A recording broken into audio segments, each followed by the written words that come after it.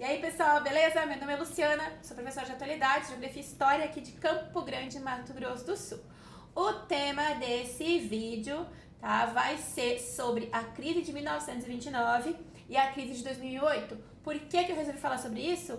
Porque diversos economistas e historiadores já estão prevendo que o impacto do coronavírus, dessa pandemia na economia, vai ser tão grande quanto a crise de 1929 e a crise de 2008. Então, esse tema pode aparecer na forma de questão aí em vestibular, concurso público e Enem. Então, essa é a minha preocupação para você, aluno. Então, quando a gente abre aí os jornais, por exemplo, uma reportagem do Estadão do dia 23 de março, fala assim: bolsa opera em queda e dólar bate 5,14. Mercados da Ásia e Europa despencam. Então, a reportagem ela vai dizer que essa queda da bolsa, né, e a alta do dólar aí é uma consequência, então, do coronavírus na economia. Por quê? Porque devido às medidas de quarentena e de restrições à proliferação da pandemia entre as pessoas, os governos tomam medidas que fecham as fronteiras, restringem o comércio, reduzem a circulação das pessoas para conter a disseminação da epidemia. Então, para começar, isso é um impacto muito forte. Então, teve outra reportagem do Estadão no dia 17 de março, que a manchete é a seguinte: em pânico, agentes de mercado pedem fechamento das bolsas, ok? Isso é muito, muito sério. Quais os impactos da economia na economia mundial? Então, vamos ver aí, antes de eu começar a falar da crise de 29? Então, primeiro, quais as determinações dos governos, né? Restrições comerciais, né? Essas restrições comerciais, elas vão inibir as exportações e as importações entre os países, né? E isso vai gerar uma crise econômica externa e interna. Pode gerar uma crise de abastecimento também, né? Consequentemente, se há uma diminuição nas exportações e importações, a gente vai ter uma queda no preço do petróleo, porque ele não vai vender mais tanto, porque os meios de transporte não vão mais consumir o combustível derivado do petróleo, né? Então, queda de investimentos, consequentemente, queda na Bolsa de Valores, devido aí à baixa dos preços das ações. Enfim, uma crise econômica geral. Então, o tema da aula vem de uma reportagem do El País, tá? Que vai ser também agora de março, que vai dizer o seguinte: a manchete: pandemia do coronavírus mergulha a economia no desconhecido. Com a previsão da recessão na Europa, economistas e historiadores veem semelhanças com o choque do petróleo dos anos 70, com o crash de 29 e com a crise de 2008. Então, vamos começar então com a crise de 29. Vamos ver se em 10 minutinhos eu consigo fazer a façanha de explicar a crise de 29 aí, tá? 10 menos, né? Porque agora a gente já tá em 13 aí. Então, qual o contexto da crise de 1929? Essa crise, ela vai começar nos Estados Unidos, é uma crise de superprodução, ela vai causar o crash da Bolsa de Nova York de 1929 e vai se alastrar pelo mundo e vai ter impactos sérios aqui no Brasil, como por exemplo a queda nas exportações do café. Lembrando que os Estados Unidos eram o nosso principal comprador de café, né? Então, o contexto da crise seria que os Estados Unidos viviam o que a gente chama de American Way of Life, né? O estilo de vida americano, ele estava sendo exportado para diversos países do mundo, né? Então, o país, ele vive uma prosperidade econômica. Os Estados Unidos, aí em 29, no pós-Primeira Guerra, já era a primeira economia mundial.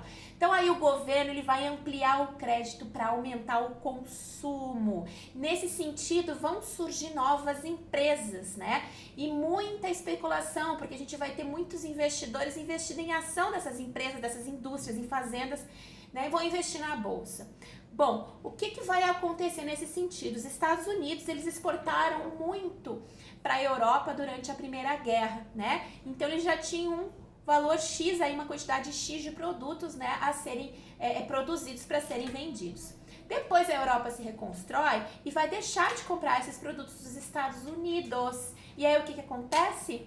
Não vai existir um controle de produção, porque a gente vai estar aí no primeiro momento, né, no Taylorismo, não existia um controle de estoque na realidade, né, e houve então uma crise de superprodução, né, somado aí com a especulação financeira.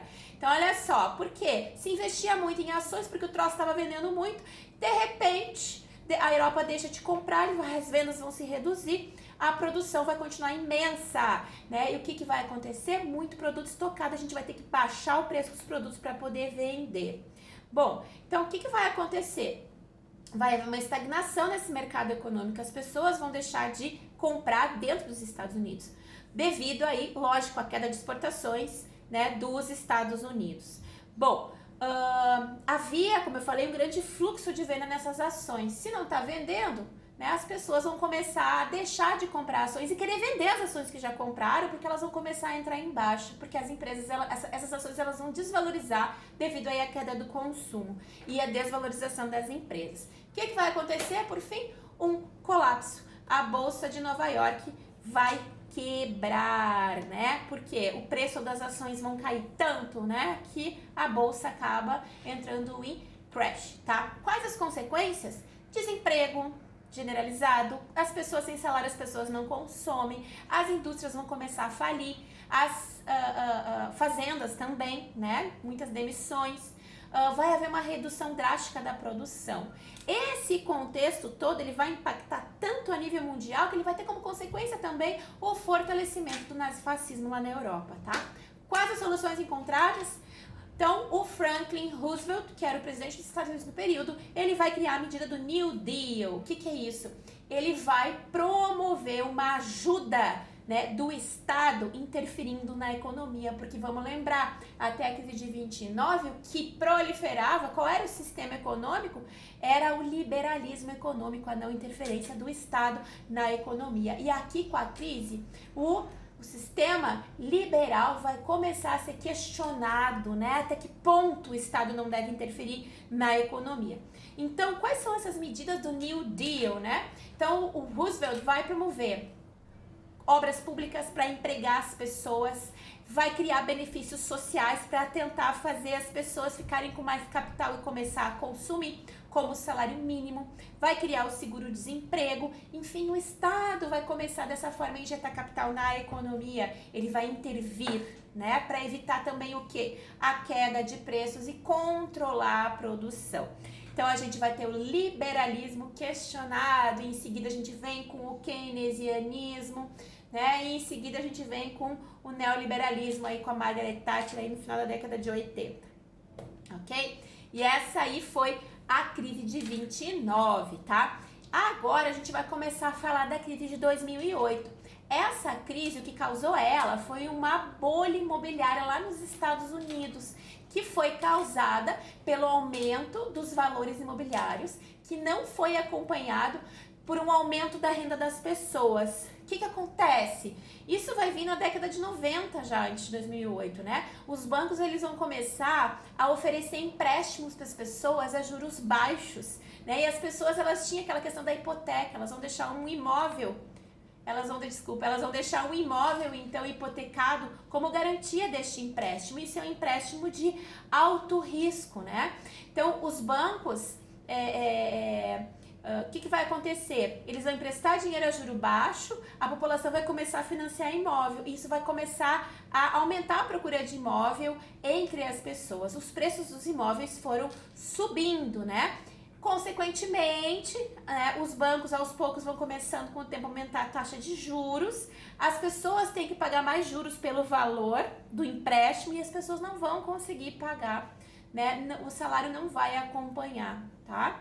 Então, a gente vai ter aí, né, essa questão aí da pessoa hipotecar o mesmo imóvel várias vezes para conseguir um empréstimo, né? Isso seria o que? Uma crise de subprimes, né? Então, são hipotecas de alto risco, ok? Então, como consequência, essa crise ela vai ser uma grande bola de neve. A gente vai ter a quebra de uns bancos mais famosos americanos, como o Lehman Brothers, né? Entre outros bancos. A IG, das maiores seguradoras do país também, ela vai acabar falindo, né? Bom, gente, vou continuar esse assunto no próximo vídeo, né? Tem muito mais o que se falar sobre a crise de 2008 e a gente vai continuar falando sobre economia. Beijão!